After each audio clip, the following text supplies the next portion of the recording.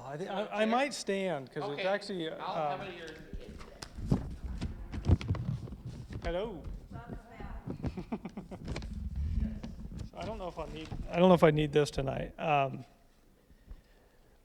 So I've been fighting a muscle spasm in my lower back for the last week. So if I'm wincing and look like I'm in pain, it's because I am. But it's good. Yeah.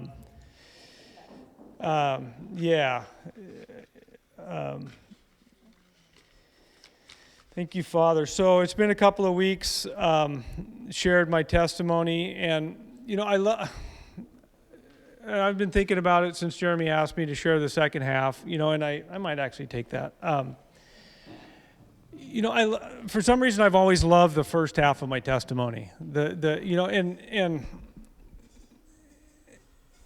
I guess part of that is because I don't feel as responsible for who I was, between my birth up to salvation, and that because, and there was a radical deliverance from that and from that lifestyle. And I guess that as I've moved on, and moved into this new life, that somehow over the years I've taken on more responsibility for my actions, for who I am, and so to me there has been, and I'm not saying I'm right in any of this. I'm not saying but there's been more glory in that in my own mind, but that's been changing.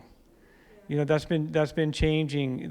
Just the last several years hanging out here at Faith Foundry and with the Grammons and. When I first got saved, it was radical, and there was a lot of baggage, but I knew how to be a Christian. I knew what it meant to behave like a Christian. I knew what it meant to be good and to do good, and I knew the right behaviors but I didn't start out that way. It was radical, and I was radical, and I was very, very boisterous about what God had done and about my deliverance and I remember sharing with my brother one time and he just wouldn't buy it. He just couldn't believe it that this had happened. And I remember I was standing there and I went and I bent down like this and I wiped the bottom of my feet and walked away. And he's like, "What's that mean?" And I told him, I said, "Well, God said if they won't, if they won't listen, wipe the dust off your feet and move on." And I'm not saying that was right behavior either.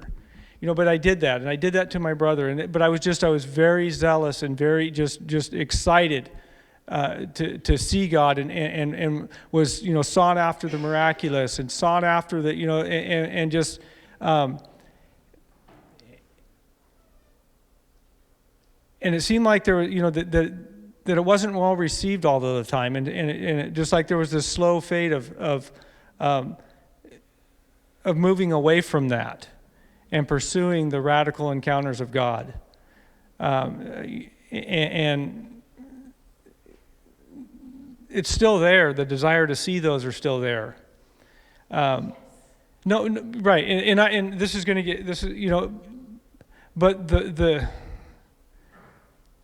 route to that is not the way I was going.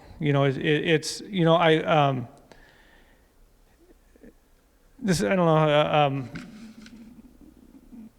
I want to go here. So I just really feel like this is what the Father wants me to do, and share this. So I learned to look good on the outside, and to present myself well, but on the inside, sad, angry. And learn to be angry at, you're sharing about angry, throughout the years become very angry at sin even, and people, and learn to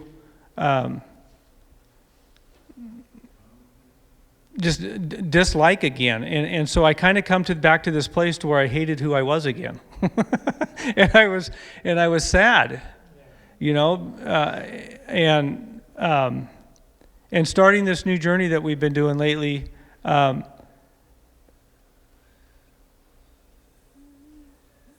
the path isn't seeking the authority. The path isn't. It's not seeking the power. I spent years.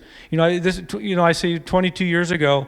But the first half of my life was more than the second half of my life. So I've been saved and walking with Jesus for less than the first half of my life. I'm 46 years old this year, and I'm sad that it's taken me 22 years to get to this place, to learn that the path isn't just power and authority, but it's through love. I mean, it is truly the compassion and the love that transforms. And I tried to build a career after getting saved, and we did a lot of good things. We did foster care. My wife and I did. We did a lot of good things that appeared good. Did a lot of great things. My marriage has been, is incredibly awesome. I think we're incredibly strong right now. The first years were really hard, really rocky, but we stayed together. We stuck it out. Very rough. But we were still putting on that good Christian face, going to church every week, showing up for Bible study, showing up for prayer meetings, and still trying to pray to the devil, and talking, and it was just a lot. Well, I mean, just casting out demons and stuff, and spending more time focusing on what the devil's doing, and not focusing on what God is doing and what God is saying, and so.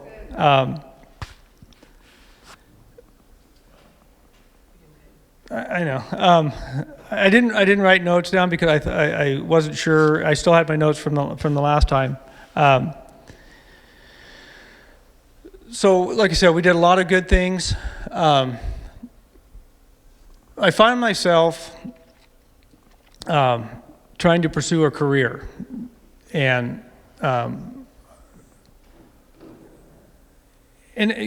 God ordained it. God opened the doors for me to get into the apprenticeship and become an electrician, and it's provided great for my family. It's been a great trade, been a great provision. But I got consumed with that, with work and traveling, and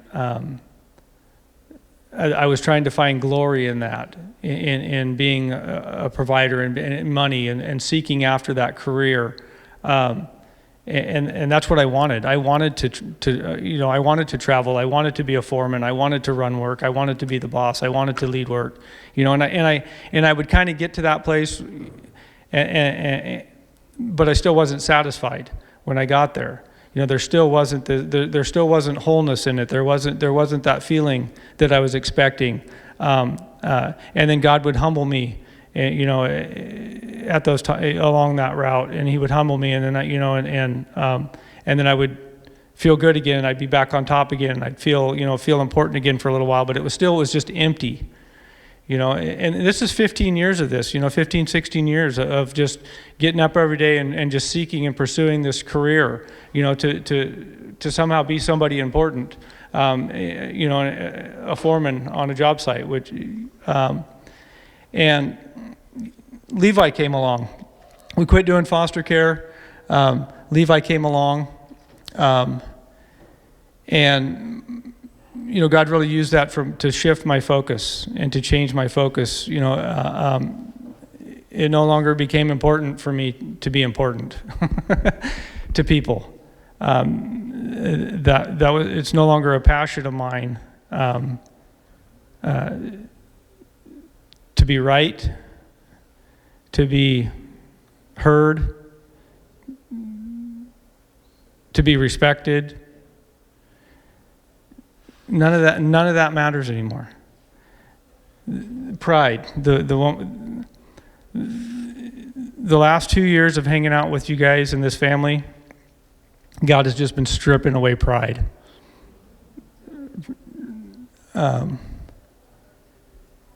And I want to learn, and I'm on a journey, and I'm heading to on this part of my testimony is really on a new journey of just learning to love people. I have been And so I guess I say that the second half of my testimony doesn't feel as glorious because I feel responsible for all of for learning those behaviors, for learning to be a good Christian, to learning to be religious. And so but there is something welling up inside of me from all of that experience. From day one of encountering Christ, encountering God in a radical way, from day one, all of this that I've learned up until this moment hasn't been for nothing. Right. I've made, and I don't even know how to say it, but there's just something in me that is just wanting to burst. And I don't know what it's going to look like. I don't know where we're going here as a church, but there is just something inside of me that is just wants to explode. But not angry, not pointing fingers and not judging and the way I've been for the last 15, 20 years. So I was going to try and keep it short tonight. I didn't go into a lot of the details, of the second half of my testimony because I really just felt like I wanted to share the transformation that has radically been taking place the last several years. Yes, please. And so I don't know if I have much more to say, honestly.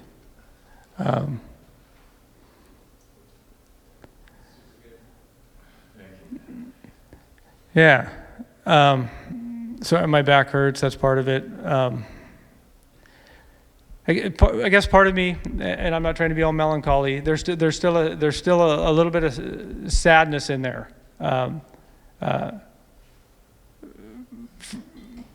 For spending so much time pursuing looking good, and going through the motions, and I don't want to do that anymore. I don't want to just go through the motions. I want to be. I don't want to have to hide behaviors.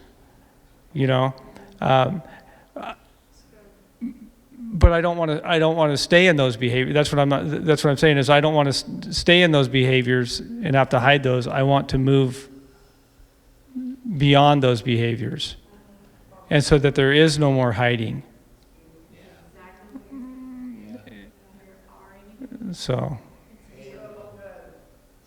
it's not that I just want right. Yeah. Did that say it good? Is it? Yeah. Right on the money. So. Yeah. Amen. Thank you. Thank you so much. So, God bless you guys. We see the transformation happen. Absolutely. And it's such an honor to walk beside you and just get to see this open up, this stuff Right. inside you. Wow. The Lord's just you've got treasure in there, and this will just burst open. So you Right. feel the pressure building up. Well, it's just Yeah. because He's filling you up. Right. Awesome. I think Matt and I have come to a really fully dissatisfied place with the things that we've collected along the way that we've collected along the way. Right. We're just. Are like we're not beholden to them anymore, and we're recognizing it's really a holy dissatisfaction. It really is. Right. It's not I've got to give this up painful thing. It's I am happy to trade this in. Right. Right, because and I was going to go through all, because God, there was a lot of forgiveness. There was a huge process early on in my first 4 or 5 years of salvation, and there was a lot of forgiveness and a lot of me forgiving, and I was going to go through all the steps of how we started, playing church softball league, and and we just, again, like I said, we just learned all this behavior, and like Amanda said, we're just dissatisfied with it. We're dissatisfied with just with being, and this has probably been a 3 or 4 year process. All those things can be good. It's just if you don't have the wholeness that comes from being regulated, Right. right, with the Father, the Son, the Holy Spirit, you don't have that wholeness, then it feels like that that it all feels really just sort of dysfunctional